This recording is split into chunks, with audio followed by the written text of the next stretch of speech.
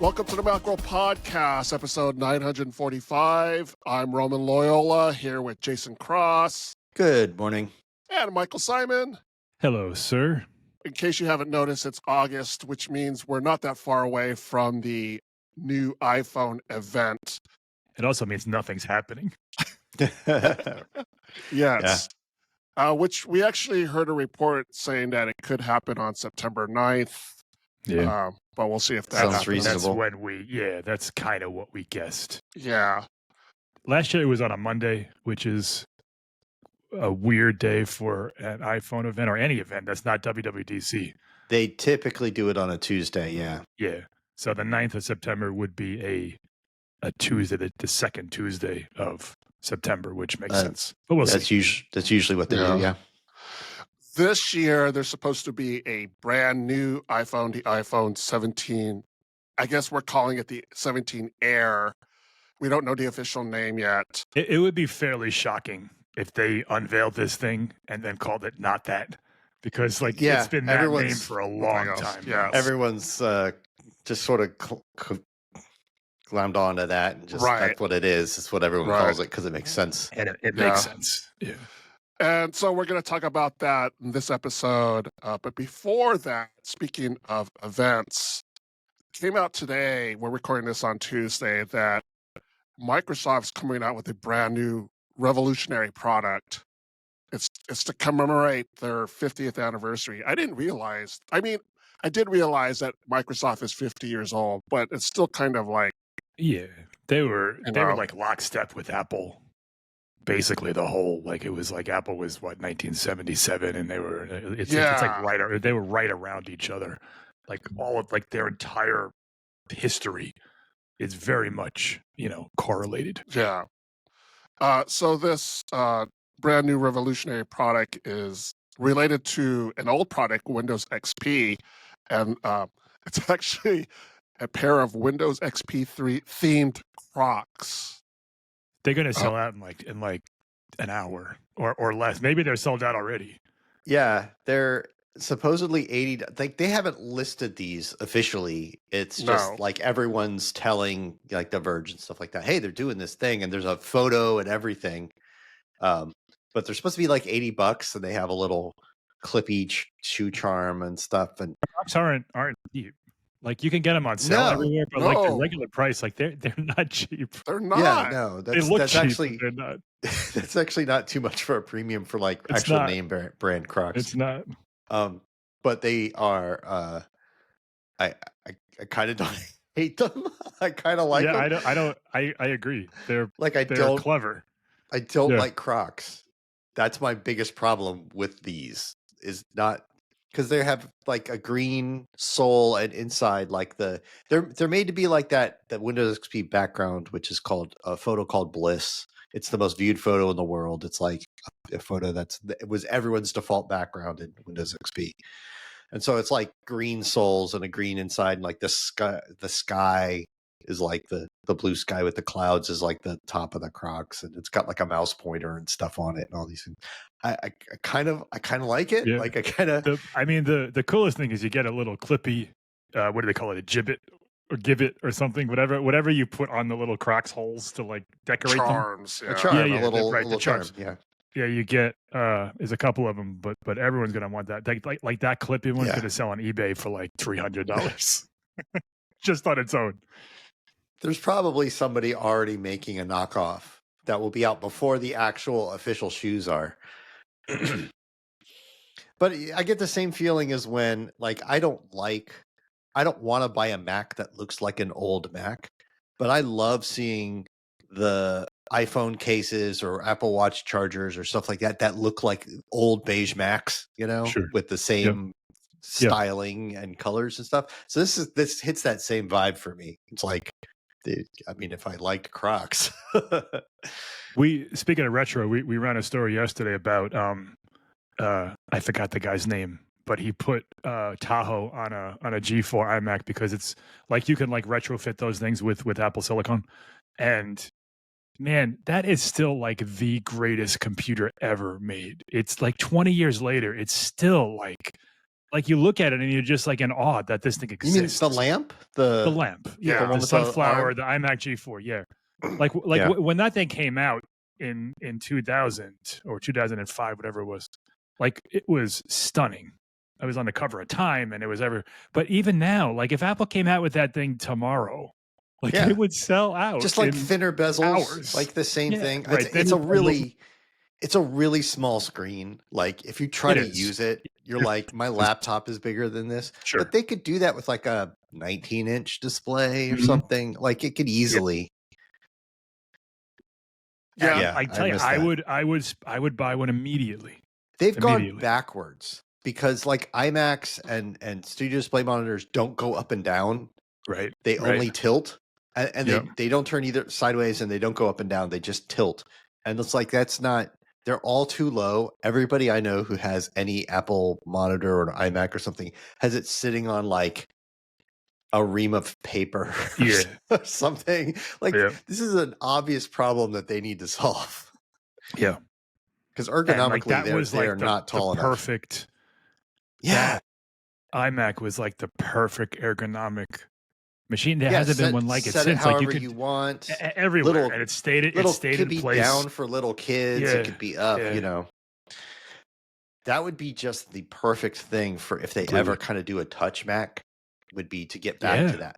For real. Because you'll be able to turn it to face different ways and move it down like an easel and move it up like a monitor.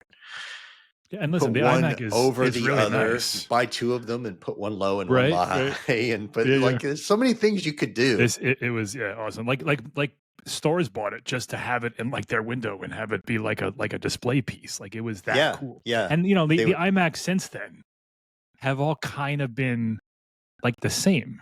Like there's a boxy thing with the screen, and you know, and like a terrible stand, and a terrible stand. And we're like way off what we're actually talking about. I don't know how we got on IMAX from the intro Crocs. to the show. It's a straight line from Crocs to IMAX. But yeah, Roman, get us back on track. So anyways, according to The Verge, these Windows XP Crocs are only available to employees first, but they will release them to the general public. So keep an eye out if that's what you like. Admittedly, I do wear Crocs, but I only wear them like in the house. They're like my house shoes, you know. I don't wear them. Yeah. For me, they last forever because I don't wear them as like regular shoes. I mean, that's what they're supposed to be, right? Yeah. You know, they're supposed to be just. My son wears them to baseball games, and he's had like the same pair for like 2 years or 3 years. He doesn't play in them, right? No, because he carries like the kids carry their cleats on their bats and they walk in, like it's a whole thing.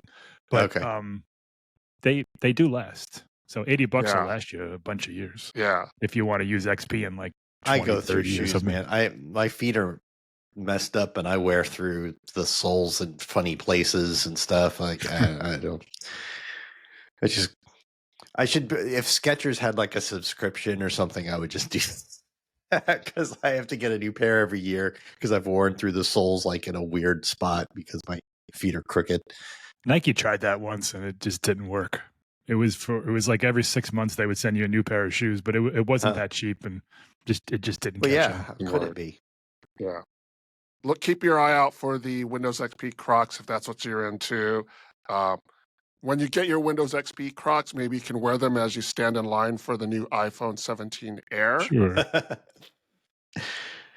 Which is the main topic. People don't do the lines anymore, though. Not really. Not so much. Not really. Just a couple of stores. Do, but not much. It used to, like, back in the day, man, it was such a trip going to an Apple store and an iPhone launch event. You couldn't just get on your phone and go to the Apple store and have them ship it to you and get it the day it comes out, which you can do now. But so you went and stood in line because you wanted to get it, or you wouldn't get it in the first couple months, like if you didn't go stand in line. Now you go stand in line to be seen in line. Just like you're right. Right. Or to get it a couple hours before the delivery truck arrives. Yeah, which is I'm going to stand in line for more hours than I save. Yeah. So we're going to talk about some of the rumors that we've heard about the iPhone 17 Air. The most recent rumor we heard was in regards to the battery capacity. It's kind of a weird rumor because it got the source of the rumor kind of mixed up his reporting, but apparently got a little clarification at the beginning of this week that this iPhone 17 Air battery, it looks a lot thinner compared to the iPhone 17 Pro battery. Which makes sense because it's like half the thickness of the iPhone Pro. Like, yeah. Right. You know, we knew it was going to be a super thin battery. We knew that it would be a fraction of the capacity of certainly a Pro, but even the regular iPhone, like the iPhone 17 Air, like the whole thing. I assume that most people listening to this show already know what it is, but the idea of it is that it's super thin. It's like 5.5 millimeters or around there, which is, you know, a regular iPhone 7 millimeters or 8 millimeters. Like it's significantly thinner, which means the battery is also going to be significantly thinner. And Apple has to do a bit of engineering work, you know, to get it to last more than a couple hours. And it'll seem very thin because it's also a larger phone. It's meant to take the place of the Plus model, which for me is fine. That's the worst model in the lineup. It's the one that sells the least, first of all, but also it's in a weird spot. Yeah, my wife does too, but it's in a weird spot because it's like you pay more. You're almost paying Pro money, right? Yeah, just to have it be bigger, and so like it falls into this weird spot where it's not the cheapest new iPhone, which sells a lot, and it's not the Pros, which do more and sell a lot. So it's not quite as big as the Pro models are today, but they are. It's close, like it's bigger than a regular iPhone. Right. Now my cat is bumping my camera. Yes. Get off of here. If you see me shaking, it's because my cat is bumping the camera. Yeah. So the report stated the rumored. Okay, you can go, Roman. No, I was gonna beat you to it. The report stated that the battery capacity is 2,900 milliamp hours, which is like I didn't do the math, but it's what, like 600, 700 milliamp hours smaller than like the iPhone 16 Pro battery, something like that. It's it's a lot smaller than that. The iPhone SE from 2022 had a 2,000 milliamp hour battery, which everyone at the time was like, "Oh my god, that's so low," which it is. And Apple eked out, you know, a decent battery life from that phone. It wasn't great, but it lasted most people through a day. But that's a smaller screen, and you know, less processing power and things like this. A 2,900 milliamp hour battery for a phone in 2025, 2026. It's small. Yeah. It's Apple roughly does some great 20% things. less than an iPhone 16. Yeah. Like, you know, to give you an idea. So, and you know, Apple does some fancy stuff with iOS optimization, the chip stuff, and you know, so like we can't jump to conclusions until we see the phone and see what Apple's rating is, but it's small, like small. Yeah, and yeah. So I mean, this rumor is weird because the picture they had was like a metal packet. Yeah. Yeah. Like rectangular packet with the corner cut out. And they said, this is the iPhone, which doesn't tell you anything. Like it's on somebody's hand. Like, okay, it's a metal packet. Right. And then they came back later and they said, this is the iPhone Air battery. Look. And you're like, okay, it's a metal packet. and then they came back later and said, oops, no, that's the iPhone 17 Pro battery. We don't have a picture of the iPhone 17 Air battery, but we do know it's going to be this size or whatever, like this capacity. And it's like, yeah, it's going to be. And then like a day later, we all know it's going to be smaller. They did say it was the Air battery. Like it's the reports are all over the place. For comparison, if that 3,000 milliamp hour figure is correct, the iPhone 16e has a 4,000 milliamp hour battery. The Samsung, let me look up that. So Samsung has their Galaxy Edge, And that has been criticized for battery life because, same reasons. It's small. Like it's thin, so the battery has to be small. So that battery is, if I can get it quickly, 3,900 milliamp hours. So that's bigger as well. So we'll see what Apple does. They're not going to ship a phone that lasts like half a day. So whatever they have to do internally and with iOS 26 and whatever else, like they'll make sure it lasts for most people at least till nighttime. But yeah, they can it's pull going to some be an stuff issue. with. There's other compromises with the phone, right? Like it's going to have, if not any of these rumors are correct, it's going to have one rear camera, right? Like even a regular iPhone 16, 17 has two. Like so and if it's just the main wide camera, does that mean you're not going to have macro because you don't have that uses Probably the wide angle lens? So that's like a whole photo mode you don't get in addition. And there could be things like they could play with things like screen brightness and maximum clock speed of the chip. They could tone that down and stuff.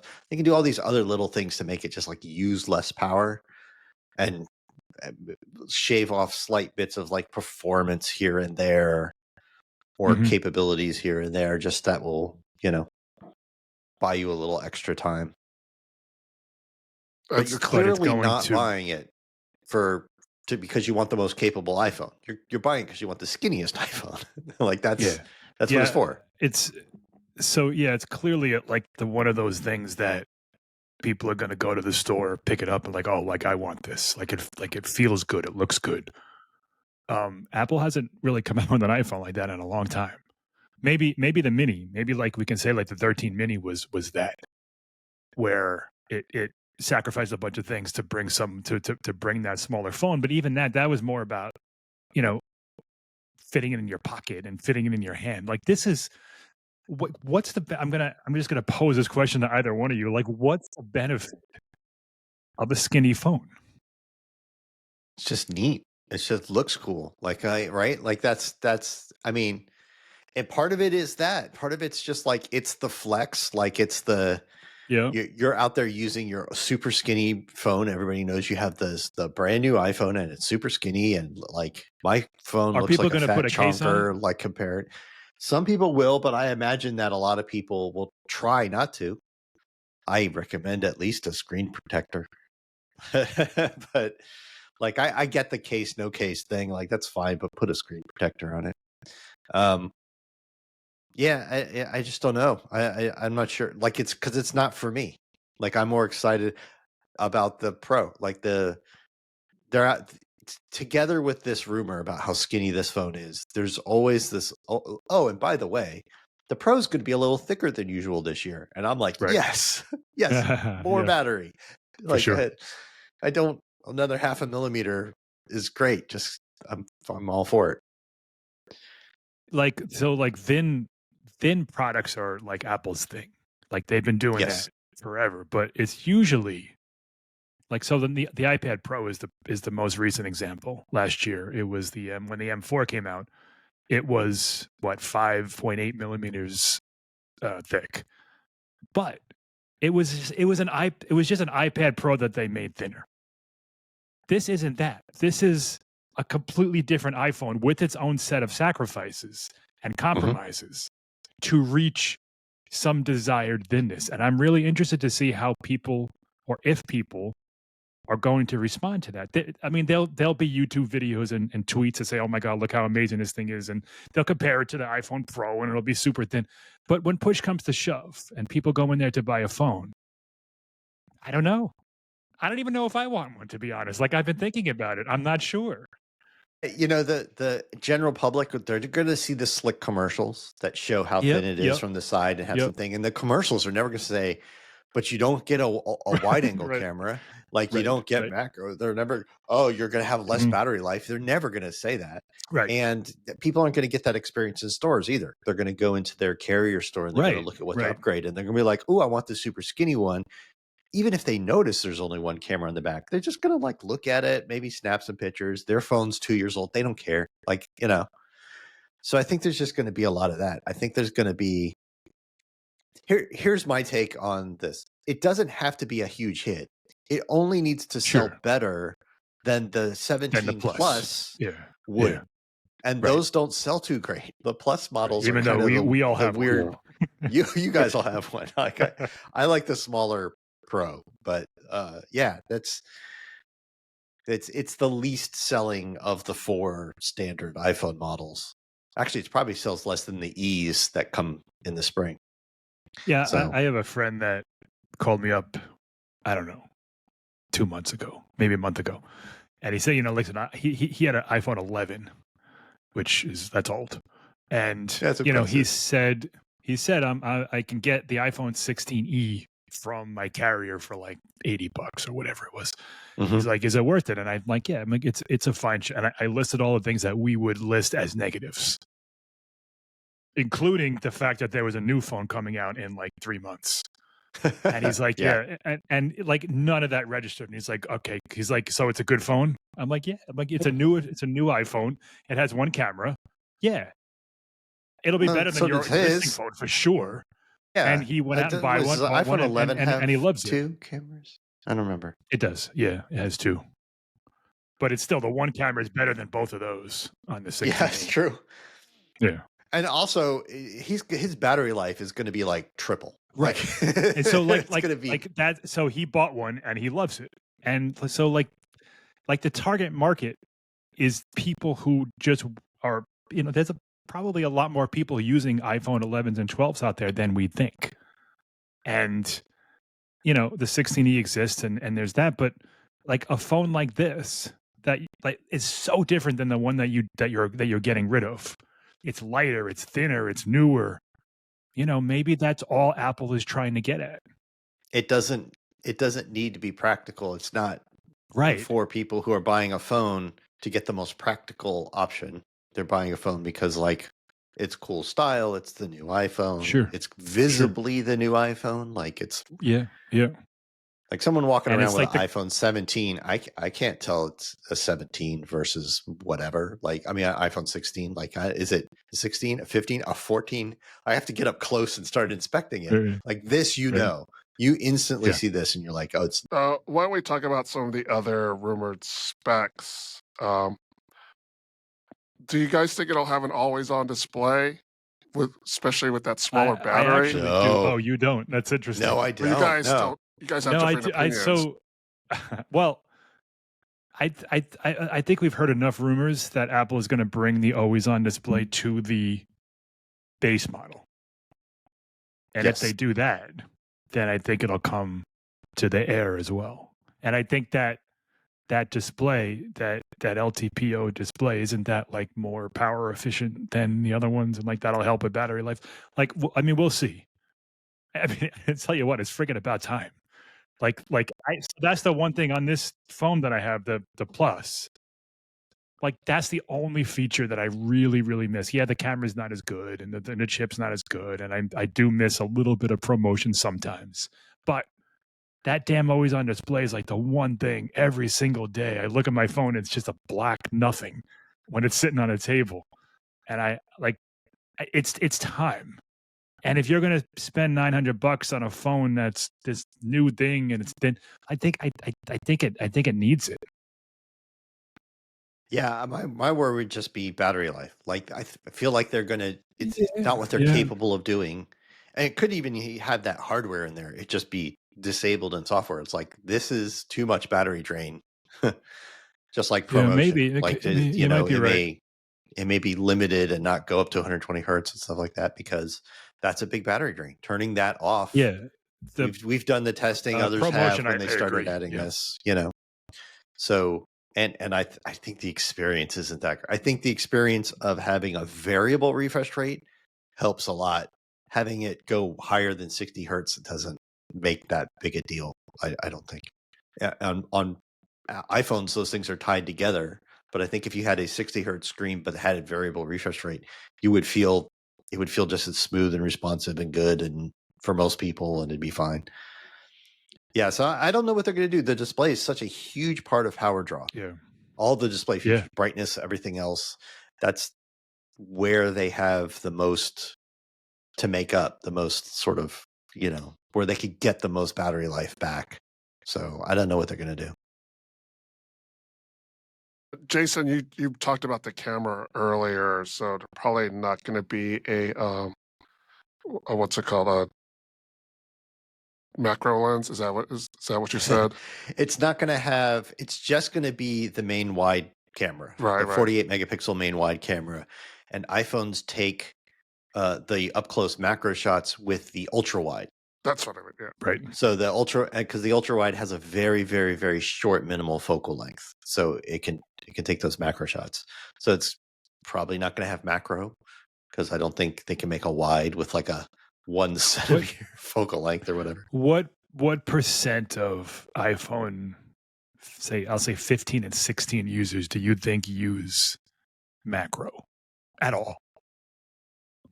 20%? It's probably gone up a lot, because on the 15, since it was a pro only feature. Yeah. Yeah, on the 15 it was a pro only feature, even though they had ultra wide cameras. The 16 added macro shots to the ultra wide of the regular phones. I don't have a good sense for how people always use their phones. I just, what you see on social media, but like those are videos. People aren't taking these like little macro videos and stuff like that.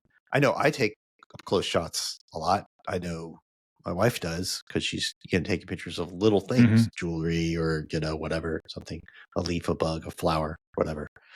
So yeah, I don't have a good sense of that. I certainly don't have a good sense of whether people care more about that than they do a telephoto lens, as opposed to just like crop zooming. Like, I don't know which one. I'll tell you what people are going to be excited about. The 17 Air and all the other 17s are supposed to get a new selfie camera. They're supposed to get a 24 megapixel selfie camera. Mm-hmm. People definitely use the front camera a lot. For sure. For sure. Having a much better front camera. It's time. It's been forever. It's time for that to get a lot better. I mean, FaceTime, selfies. Yeah. Yeah, I wonder if they're going to have something like 4K FaceTime or whatever. Like, that'd be something. Yeah, why not? With the iPhone 17 lineup, we're expecting the A19 series of chips. So this will probably get... So Apple usually does an A19 and an A19 Pro. Yeah, if we're following the sort of last couple of years worth of how they do this. Yeah. Yeah. Do you think that regular A19 is going to be a special A19 for the Air? I think there's a decent chance that they'll have it. They're not going to call it anything different. Right. They'll call it an A19. It'll have the same like cores and all that stuff, but power usage shoots way up when the clock speed goes up. It's like voltage squared times clock speed or whatever. Mm-hmm. If they can limit the maximum voltage by limiting the clock, turning the max clock speed down 10 or 15%, all that means is your high end maximum benchmark performance will be a little lower, but like your everyday reach anyway. Yeah, you reach it when you're rendering videos or playing a high end game like Fortnite or whatever. But when you're just scrolling through social media and taking pictures and whatever stuff like that, you're never going to notice that.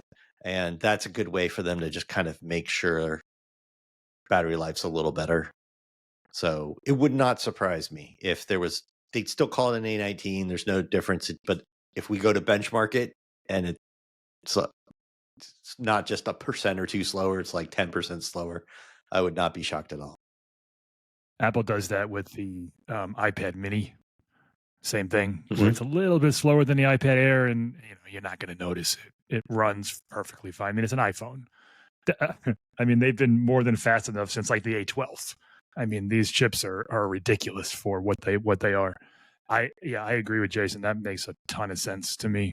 To even if you eke 20 minutes or 25 minutes, that's a lot when you're talking about it could be a battery that's already smaller than the other models. They're just not going to call it whatever they do. They're not going to call it like the A19 Air or something. There'll be an A19 and an A19 Pro, and the main difference will be like the numbers of cores. Maybe video encoders. I don't think they have. Have they ever had a downclocked or whatever you call it iPhone processor? Like did the iPhone Mini? That was the same chip. I can't remember. Or like the SE. I don't remember. Or something. They don't publish clock speeds. I know. It's like you have to wait for software to come out People to like figure them benchmark out, and test these things. And I can't remember off the top of my head. I'm sure they have. I'm sure there's been something where they've, and it's not a lot. It's 100 megahertz or something here or there. Right. There's also been reports that these iPhone 17s will have 12 gigabytes of RAM, up from the 8 gigabytes that they currently have.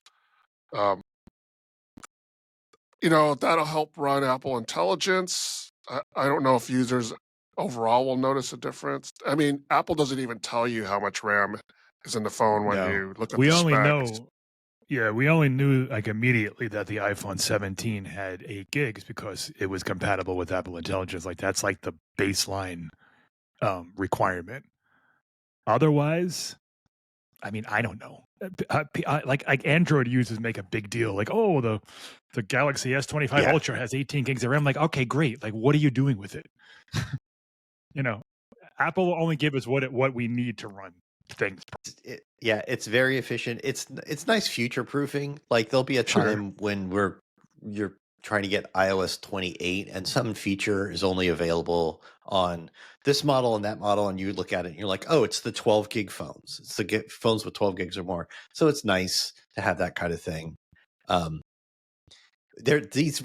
rumors for RAM have been kind of all over the place.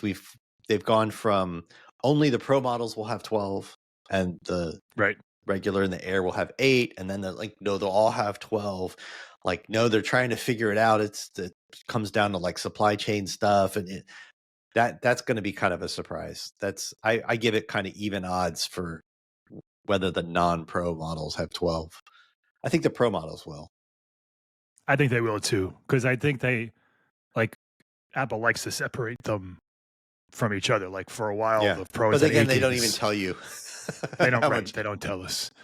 Yeah, it's just about how it runs. It's crazy that we're talking about 12 gigs of RAM in a phone.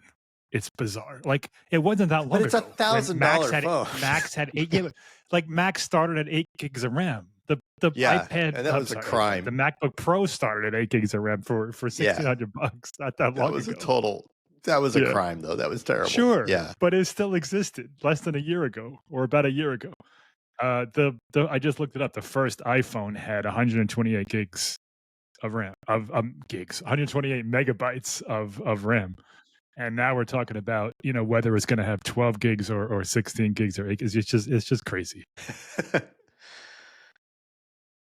Apple debuted its C1 modem with the iPhone 16e earlier this year.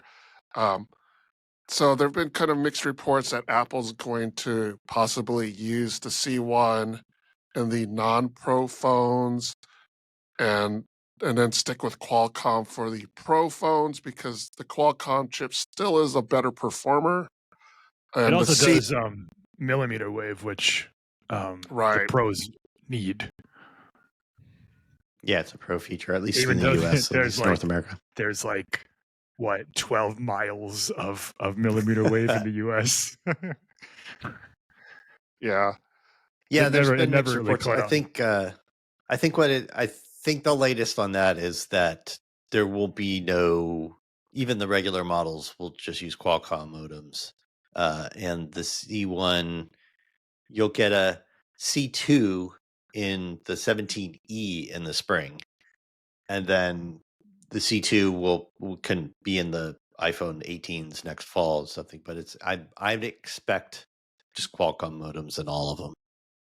Yeah, that's the rumor, but it's not been that you care, right? You're right. It's been 6 months since the iPhone 6e came out, which is the first phone to use the C1, and it's fine. We don't hear if there was something wrong or something that wasn't perfect, we would have heard by now. Somebody would have said, "Oh, look at this! My phone drops calls every time I take 4 steps." It works. It's fine, and it runs the same as the Qualcomm modem would have run. Yeah, Pretty much. Like if you sit there and you benchmark them on a bunch of different ways and a bunch of locations on a bunch of carriers, you're like, oh, well, this one's better at this band and that one's better at this thing. And, if you really slice and dice the power efficiency, you're like, oh, the power is different. But the 16E has just a much bigger battery at all. Mm-hmm. So it's like, how do you know what's the battery being bigger? What's the modem being more efficient? It's fine. It's there's just no problem. You shouldn't be mad that you have it. It'll be really interesting next year when they come out with C2, which is supposed to take the capabilities up a notch. Yeah. And then we can see like, oh, are they getting faster than the competition, or at least catching up to the best of the competition's like top end performance, or all that kind of stuff. That's not this year, so more Qualcomms. Yeah. I mean, the C1 was clearly like I won't call it a beta, but it was like, all right, let's make like the most bare bones modem. It doesn't have millimeter wave. It doesn't, it does exactly what it has to do for the phone that it's in, and it was something of a real world test drive. And now it's a first gen product, first gen. Now that Apple knows that it works and there's no weirdness across the country and the world, and I think Jason's right. I think the C2 will be a major step up in efficiency and speed and all that stuff. The goals from Apple is that the C2 is supposed to kind of catch up to Qualcomm and stuff, and then the C3 is supposed to beat them. And they're supposed to have this cadence where, and not just beat what they have now, but beat what Qualcomm will have at that time, 2027 or whatever. So yeah, that'll be interesting to follow. I think for this fall, what's interesting to me is the other stuff, the other networking chip, the Wi-Fi Bluetooth chip. These are supposed to be the first products, and it's supposed to be in all the iPhone 17s, we think, that will have Apple's own Wi-Fi and Bluetooth chip. And that'll be replacing a Broadcom chip for the same stuff. And and they say they want to do these things because they want to enable features that they can't with third-party chips. So what are those? What are they going to be doing? Are we finally going to get like connect to multiple Bluetooth devices at once and some of these other things that we don't get right now, like Bluetooth audio devices and stuff? Yeah, I'm curious to see what they do. Yeah, I mean, Apple slowly is bringing all this stuff in-house for, various reasons. We saw it with obviously the biggest example is is Apple Silicon in the Mac. I mean, they were saying for years that, Intel's holding us back. I mean, they didn't say that, but, that was the scuttlebutt, was that they had to rely on Intel chips and they can only do so much with their hardware. And then the Apple Silicon came along and, it's like, oh my God, this is so much faster. And then they changed it. So, like these little chips could make a huge difference in the features that we see, particularly, with AirPods and Macs. Like, are we going to get finally a MacBook with a cellular connection now that it has its own modem? So we'll see. But it's, the cynic in me says like, oh, well, they're just trying to cut costs so they can charge us the same and make more money. But I mean, that's obviously part of it. Yeah. But it's also like in Apple's history, when they do small changes like this, particularly bringing things in-house, like it might not be immediate, but down the line, there's some benefit that we're going to get that we don't. That's not immediately available. That's not immediately clear right now. Right. Some of it is things like they may want to support a feature, what I mean is like a really low level networking type feature that is an optional part of the Bluetooth spec, or it's not in the Bluetooth spec yet. They're trying to get it in the next version of Bluetooth or something, but they want to go ahead and support it, and it's going to do something neat with the next AirPods, and you don't know what they are. And so there's some of it's going to be stuff like that. Over the years, as they do this, they're going to start implementing specific features into their networking chips, Wi-Fi, and so on that do specific things with other Apple products. Maybe we can wrap up the iPhone 17 Air discussion with the color choices. There are going to be 4 offerings: black, white, light blue, and light gold. Yeah. Mm-hmm. I And mean, the light that's awfully blue, similar to the MacBook Air, if any, and the iPad Air, and like all Mhm. those Air products that people are keeping score. there's a light blue for the regular iPhone 17, and the light blue for the iPhone 17 Air is supposed to be a lighter light blue. Like which I think they're really leaning into that. It's so thin. They're Right. trying to evoke like clouds in the sky kind of look, you Mhm. know, on a sunny day kind of. I think there's going to be marketing like that. I think there's going to be a lot Probably. of It'll be like floating in the sky, and you'll like pick floating it up. stuff. And yeah. So, I think, Jason, you said you weren't really interested in getting one. Mike, are you interested in? Well, I mean, so I have a Plus now, and obviously I wouldn't. So, all things being equal, I wouldn't buy the Plus again. For most of the reasons that are fairly obvious. It's it's close enough to the Pro in size and really price that I'd rather have a Pro. And I miss the always on display and things like this. If it's $900, if the iPhone 17 Air is the same $899, right? And the Pro still starts at $1099, or what is it? Is it $999 for the Pro or $1099? Yeah. I think it's 9. Yeah. I don't know. I don't remember. I don't remember. They changed it. They changed one. Didn't they? I thought they just changed the Pro Max, but that was 2 years ago. They gave it the. Hold on, I gotta look before. I think it's still $999. They made the Pro Max. It's $999. Right. It's $999. Right. Yeah. All right. So let's say they bumped the Pro to $1099 with 256 gigabytes. They create a little bit of space. I gotta go. I want to try it in the store. Right. But I think I might give the Air a shot, particularly if it has an always on display. Like if it has that, I would try the Air. That's my final verdict. Yeah. So that's your main thing is you want the always on display. I miss it tremendously. It's your K thing. All right. I think I might skip this year's iPhone lineup. Okay. Completely? Yeah, and might wait till next year. Your pink slips in the mailroom. Yeah, that's my coded way of saying I can't do iPhone coverage this year, Mike, because I don't have the phone. Because I kind of want to wait for the Fold if it happens. I see. But and that's going to cost twice as much. You have to save your money. Right, exactly. Yeah. But I'm with Mike on the always on display because I have the Plus as well, and I miss that always on display desperately. Yeah, it's crazy, like how much I didn't think I'd miss it that much. Even like on my nightstand when I wake up, I gotta hit the stupid screen to see what time it is. To see the time, and it drives me crazy. Like and part of it is because I lived with it for a year or two, maybe 2.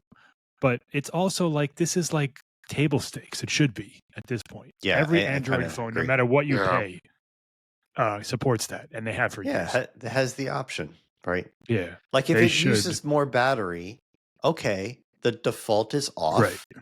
And even then if you it's can just go turn it on, right? Yeah, I don't really care for the always on photo thing, the desaturated kind of faded out photo. Like I don't need that, but like just the time and maybe in my widgets at the bottom. Yeah. Mm-hmm. Yeah. Yeah. Yep. That's fine. One last question for you guys. What's the over under on how many hours after, we'll say 9 p.m. Pacific, or maybe we should say 9 a.m. Eastern. We should say 9 a.m. Eastern. When the first report of video of the iPhone Air being bent comes out.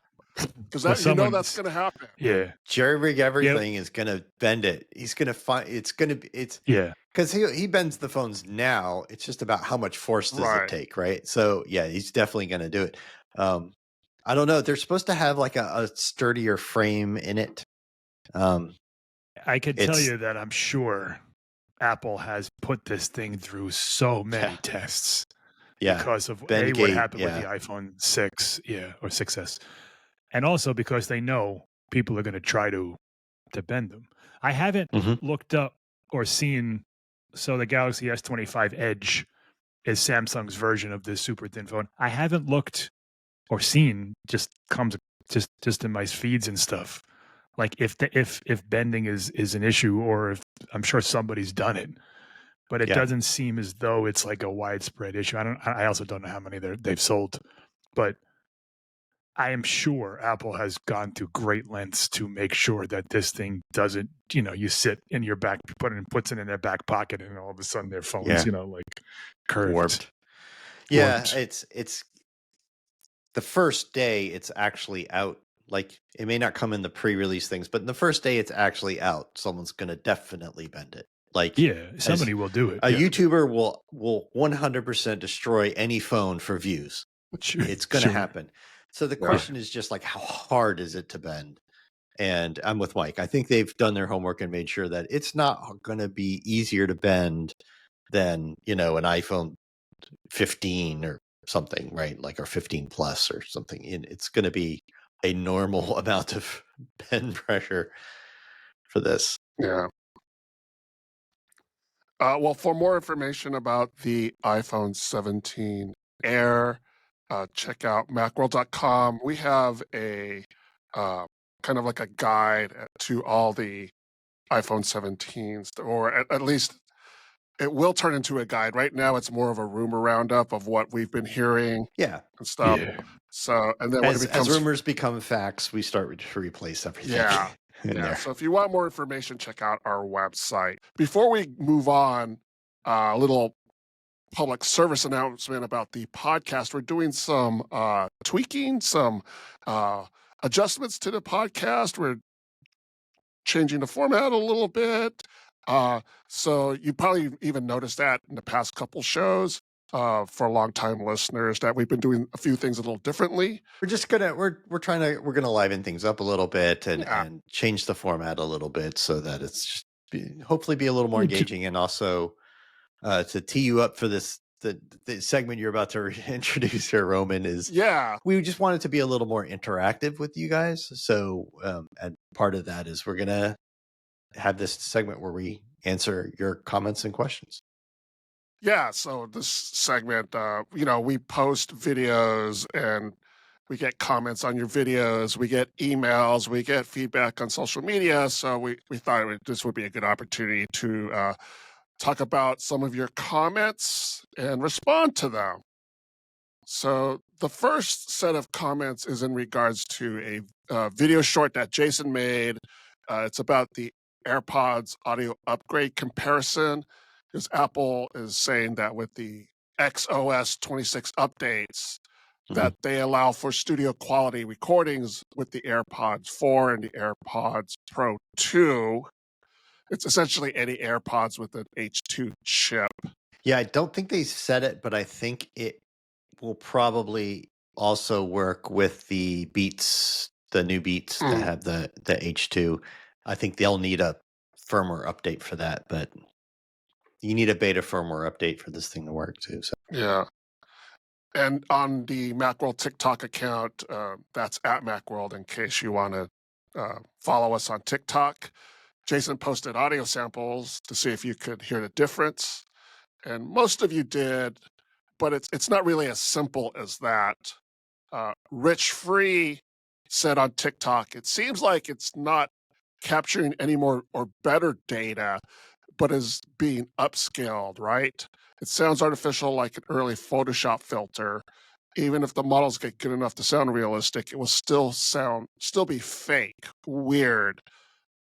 Jason, is that the impression that you have too, that there's sort of like they're faking it?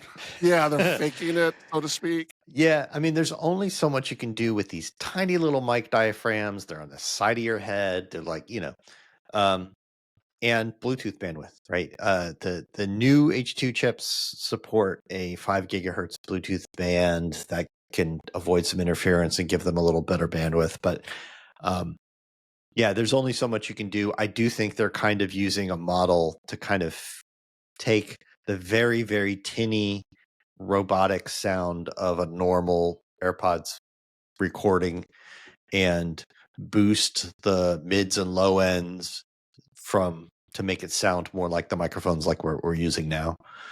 So I think it is kind of artificial. I think it's really obvious. I think most of the people who commented on the video, we have a lot of comments on that video, and they said it's a clear, obvious difference. Like it's clearly better. And they all kind of also scoffed at the idea that this is studio quality. They're like, no studio ever would be happy with that sound. And I think both things are true. I think it's just a clear, obvious improvement, and your voice sounds a lot more richer and fuller, and there's more bass and stuff like that. But it doesn't sound like these mics, these that we're using now, these Shure mics or anything. User 7493 on TikTok said that it sounds only like an adjustment of EQ. Somehow I expected some manipulation of the stereo field and reduction of room resonance. Yeah, I don't think they changed to stereo recording. There may be some room noise reduction going on, just a post-processing thing or something, but yeah, I think it's just Lila said, I got to give them credit for how good they sound in the beta, but Apple is very much overpromising with the quote, we can replace condenser microphones, unquote. Yeah, although I don't think they said we can replace condenser say, microphones. is that a quote? Yeah, they're calling it studio quality. Right. So that's not a direct quote. She's putting forward an idea. That's the name of an idea, essentially. So one of the things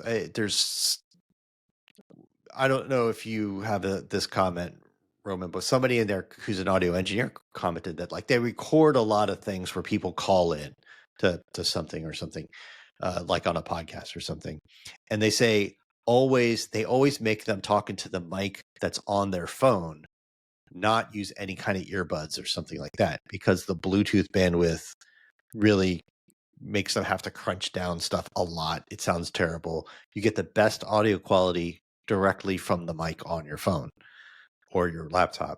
And I think this takes the AirPods Pro much closer to that experience. It's essentially what you get. Yeah, there was a comment from the MPH medic who basically said that because the Bluetooth lag will still make that extremely difficult. And then Ask Audio said, I'm not worried about my job anytime soon. Ask Audio is an audio engineer. Yeah. So it's better, but, and maybe it'll work in a pinch, but it's not something you're going to rely upon. That it gets a lot better between now and when it releases? I don't think it's going to get measurably different. Like, I don't think it's like suddenly going to be like, oh my gosh, it was so in the beta, it sounded kind of fake, but now it sounds no. I think they're at the kind of the limits of Bluetooth, or at least the Bluetooth codecs and stuff that they have now. Well, their new Wi-Fi Bluetooth chip will fix that, right? I mean, it's definitely true that something like the H3 could do something like direct Wi-Fi connections. Like if you can have multi-point Wi-Fi connections with an iPhone, you could do something like that. Just have a lot more bandwidth.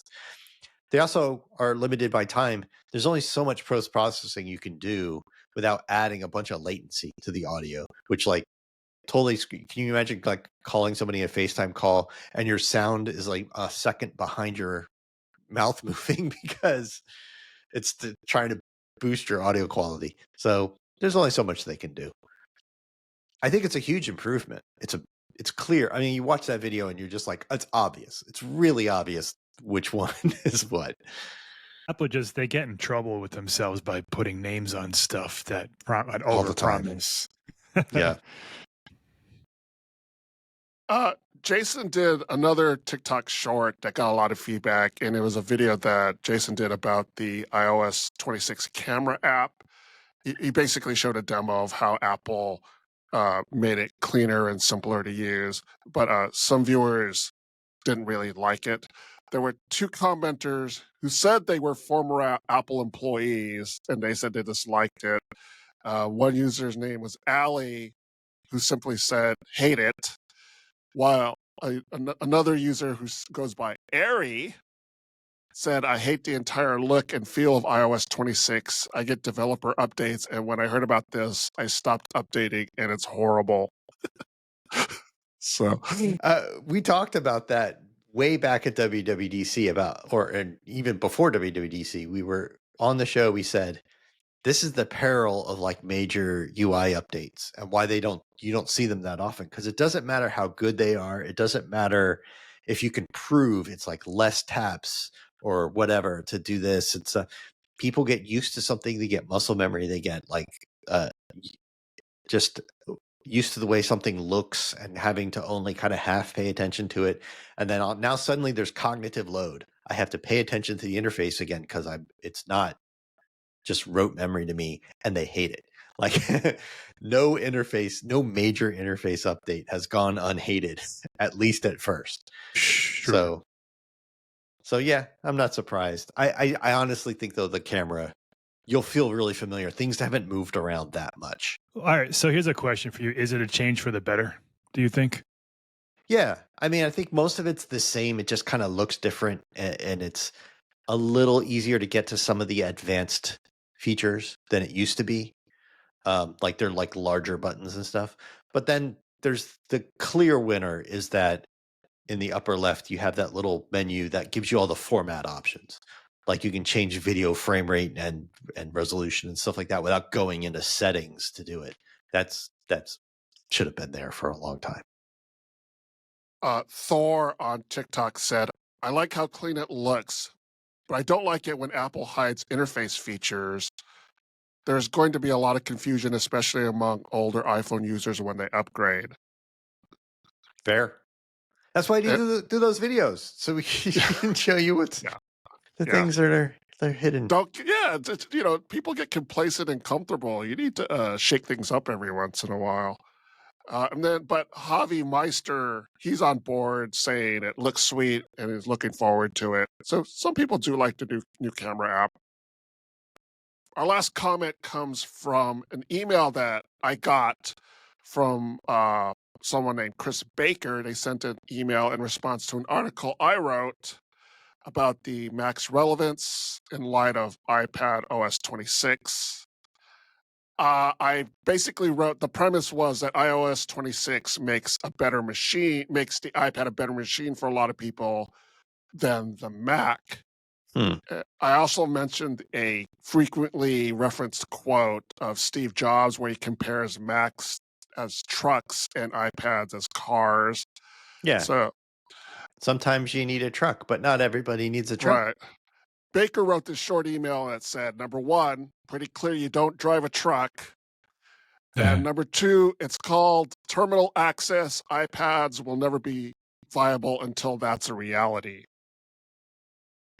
I mean, what do you think about that? Wait, they were replying to you, Roman. So what is your comment on that? Well, the first comment is, so I don't drive a truck. You know why I don't drive a truck? Because I don't need a truck. Yeah. Right. You know, I don't haul stuff. There was an Axios story like a couple years ago that showed that like people who drive trucks, 87% of them, their primary use is to commute and to go shopping and drive around town. Yeah. And like, car it was stuff.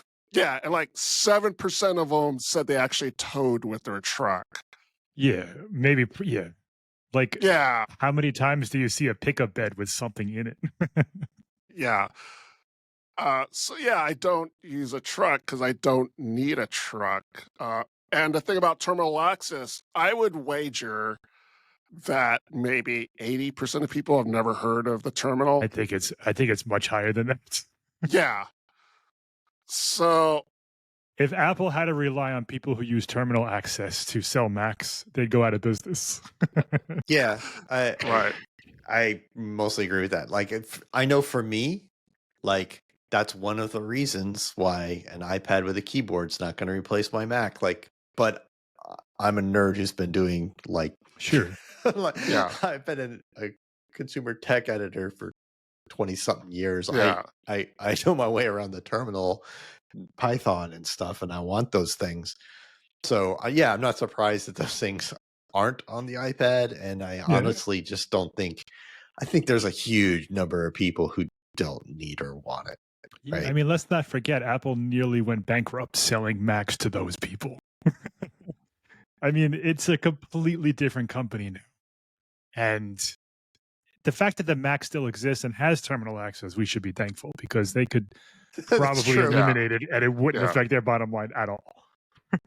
You know, I think the Mac will never be irrelevant, but here's the thing, I agree. you know, like for instance, I have 2 college-age kids. Their primary computing device is their phone. Oh yeah, They with they no have- terminal access. right, with no terminal access. You know, they're using cars all the time. So, you know, and they're more comfortable using their phone than using their laptop. There'll be times when they're doing something and I'll say, why don't you just do that on your laptop? And they just look at me like, they don't even respond. They just look at me and keep doing whatever they're doing on their phone. Like, what are you talking about? Like, it would be so much faster and easier if you just, they don't want to hear that. They've got my phone in my hands. Leave me alone. Yeah. I mean, and to Apple's credit, they're actually going the other way, if all those rumors are true, and trying to produce a cheaper Mac. It's not like they're giving up on the Mac. They're trying to bring them back. No, they're to more definitely people. not. So the Mac is one of Apple's mainstay products. It's never going to go away, but I think it's going to become less and less important and relevant as the iPad evolves and as the iPhone evolves too. Like, wait till we get folding devices. That makes the Mac that much less relevant. And listen, I love my Mac. I use it. It's probably my most used Apple product. But I also recognize that, you know, it's ancient. Like, the whole idea of it is it's not the modern way of doing things.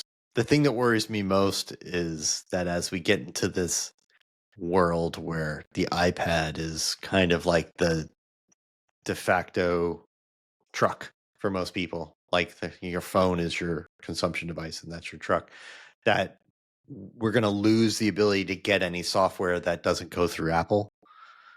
Like, that's a thing that I every day use on my Mac is software that is not in the App Store. It's not going to be in the App Store and stuff. And that's not true on the iPad. And I think, we'll see what happens with European regulations and US antitrust stuff and everything. But I don't think anytime soon that's going to change, at least for people in North America and the UK and stuff. So yeah, that's the part that kind of worries me about it. Is it's a great computing device for kind of, like you said, the everyday person, but it's also way more controlled in terms of Apple deciding what software you can use and what it costs, and, you know, taking their piece of the pie and all that stuff. So right, that's a whole other discussion. That's a whole other podcast. If Apple could turn back time and make, you know, the Mac a closed ecosystem. Yeah. To bring it back around to that email, I'm way more worried about that than terminal. Well, that does it for this episode of the Macworld Podcast, episode 945. Thanks to Jason Cross. Thank you. Thanks to Michael Simon. Thank you, sir. And thanks to you, the audience. Thank you for tuning in. You can subscribe to the Macworld Podcast in the podcast app, on Spotify, on YouTube at the Macworld Podcast channel, or through any other podcast app. Do you have any comments or questions? Contact us through Blue Sky, Facebook, or Threads. Just search for Macworld and look for the blue mouse logo. Join us in the next episode of the Macworld Podcast as we talk about the latest in the world of Apple. See you next time.